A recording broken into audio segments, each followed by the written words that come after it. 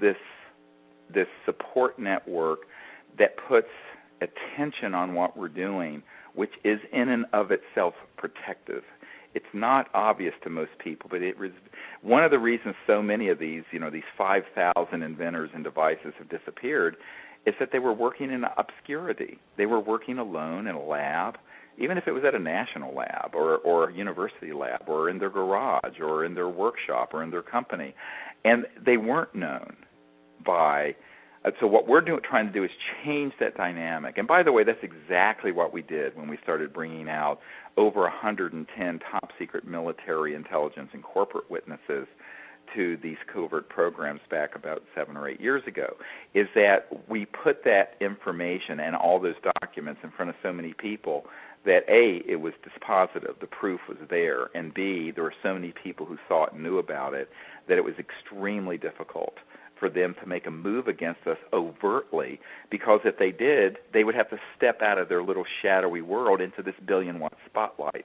So we need you guys to help turn up the voltage, turn up the wattage on this spotlight by networking this to everyone you know and by spreading the word for us. And that's one of the most important things you can all do. It costs nothing to do it.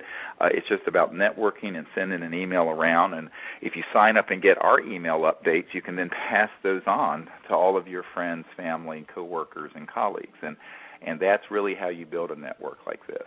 It's very grassroots. And at the same time, write to the President and write to your members of Congress. Tell them about these new energy developments and also ask them for their support and their protection for this sort of initiative. Yes, the briefing document that we put together that's available on the Orion Project .org website is a very good introduction to this whole thing, and is something that can be sent, as Steve mentioned earlier, can be faxed to congressmen or to governmental officials, but it also can be downloaded, printed, and passed among friends. That's or right.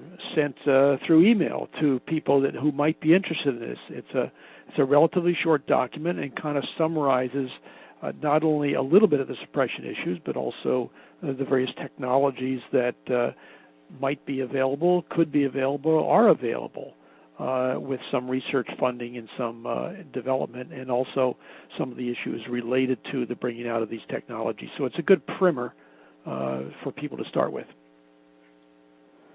Yep, it is. And one of the things that we also want to do is see that people get that to their members of Congress. You know, each of you who have a member of Congress can set up an appointment for your representative to go in, and you can go with this in hand and say, this is something that I have learned about. There's enormous amount of credible scientific evidence for this, and we'd like for you to support this and help with this.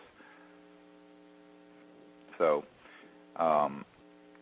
that's something that I would encourage everyone to do as well.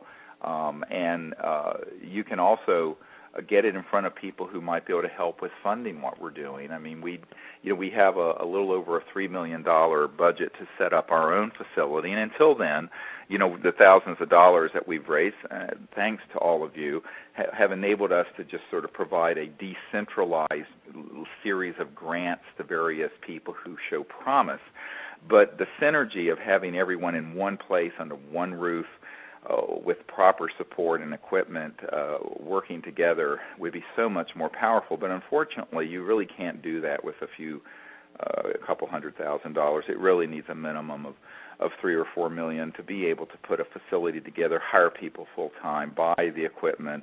I mean, the equipment list for the laboratory and the machine shop alone is over $400,000. And I think that what people need to understand is that in the meanwhile, we're going to do the best we can. We're not going to give up because of a lack of resources, but it makes it just that much more difficult. And so the other thing that is very helpful by putting this document around is that perhaps there'll be someone out there who can make a larger grant and contribution to the R&D effort while the rest of us are doing, what we can financially. So. Yeah, one other person who has discussed some of these suppression issues is Dr. Thomas Bearden. In his book, the energy from the vacuum. He discusses several incidents that he personally was involved with or witnessed about groups trying to take a certain technology or prevent the technology from being developed further.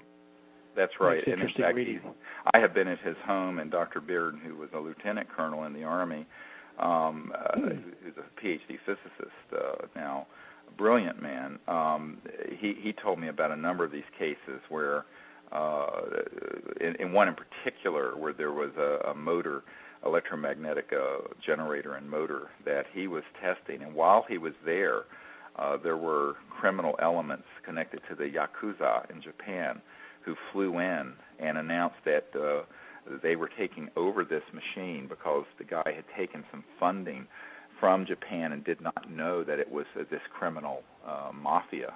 And they basically took a controlling interest in it, put him and the device on a jet, and went right back to Japan with it and buried it.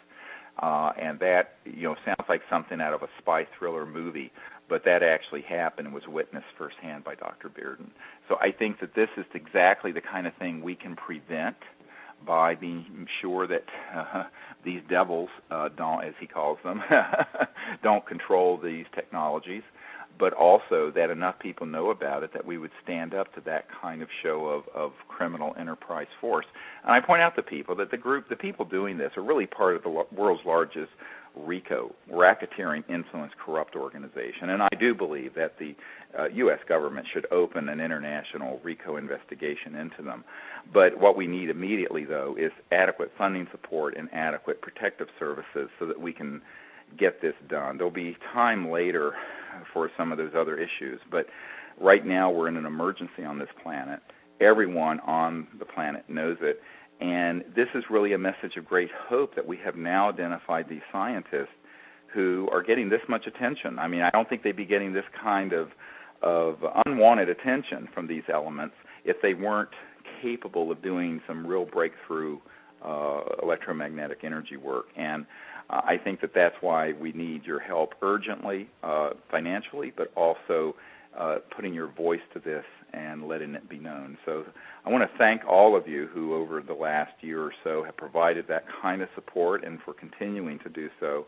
And I would ask all of you to please let your friends and neighbors and colleagues know about this, because this is a very fast-breaking development with this particular team that the OrionProject.org is funding. And if you want to go and see what I wrote in the most recent update, you can go to the OrionProject.org and see that, because they are archived there. And this report that Ted has been referring to that has over 120 pages of documentation of how these things have been suppressed is also at the OrionProject.org. And we have a automatic fax system where at our cost, no cost to you, you can send a fax to the President of the United States as well as to your member of Congress and your 2 senators, informing them of this issue and asking for their support, and both financial but also to investigate the matter and be sure that these sorts of brilliant scientists and physicists are adequately protected from the criminal elements that are out there. Well, I think we're about up with our hour. I'd like to thank Dr. Loder for joining me today, and to thank the World Puja Network for allowing us to have this hour to share with you an update on what the OrionProject.org is doing. And I want to thank each of you for your really kind support and generous support over the past year, so that we've been able to get to this point where I think we very well may be on the eve of a major breakthrough in energy for the planet. Thanks again to all of you, and look forward to speaking to you again soon. Thank you. Good night. Bye-bye.